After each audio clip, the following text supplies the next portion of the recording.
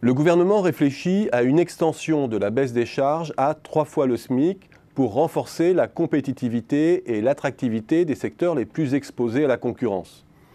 Une hérésie pour un grand nombre d'économistes pour qui seules les baisses de charges au voisinage du SMIC seraient efficaces. Leurs arguments, je les rappelle. 1. Le chômage se cristallise en France sur les faibles qualifications rémunérées à proximité du SMIC. 2. À ce niveau de qualification, le faible pouvoir de négociation des salariés, du fait de la concurrence intense entre candidats à l'emploi, fait que la baisse de charges se transforme bien en baisse de coûts et non pas en hausse de salaire. La politique de baisse de charges est efficace à ce niveau. 3. Au-delà, ce sont les entreprises qui sont en position de faiblesse. Face à la rareté des compétences, elles peinent à recruter.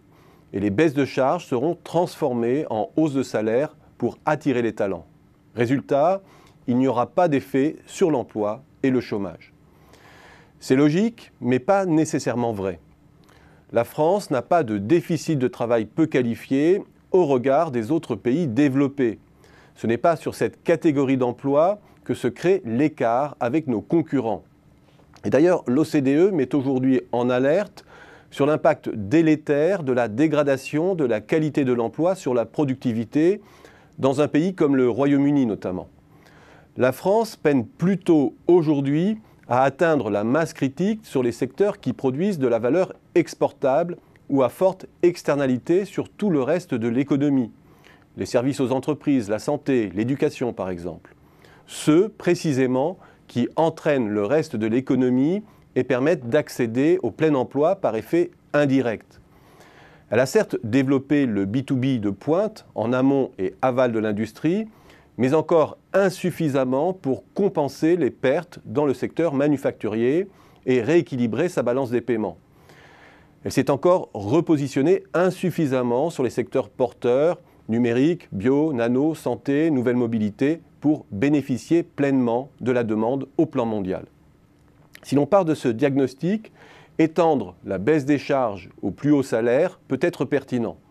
Et vouloir cantonner l'État au rôle de facilitateur du grand déversement sur les jobs précaires de basse qualité s'avère au contraire une erreur stratégique lourde.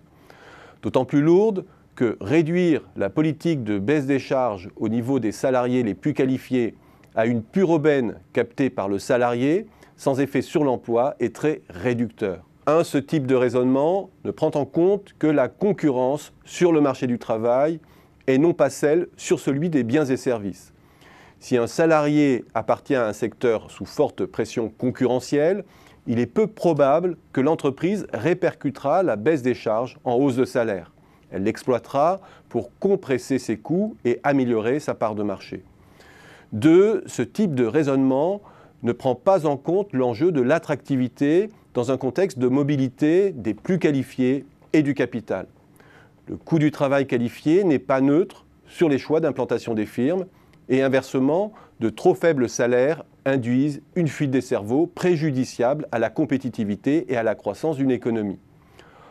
Or, lorsque l'on compare le niveau de coût horaire du travail de la France dans les secteurs à forte intensité en travail qualifié à celui de ses principaux partenaires, dans la finance, les services spécialisés aux entreprises, les secteurs de la communication ou des grands services de distribution d'énergie, on constate que la France, sans être en position extrême, surplombe systématiquement ses deux principaux concurrents, l'Allemagne et le Royaume-Uni.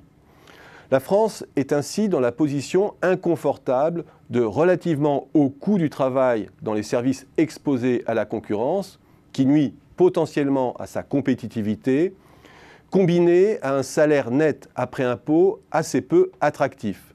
Voilà pourquoi étendre la baisse des charges n'est pas l'hérésie que prétendent beaucoup d'économistes.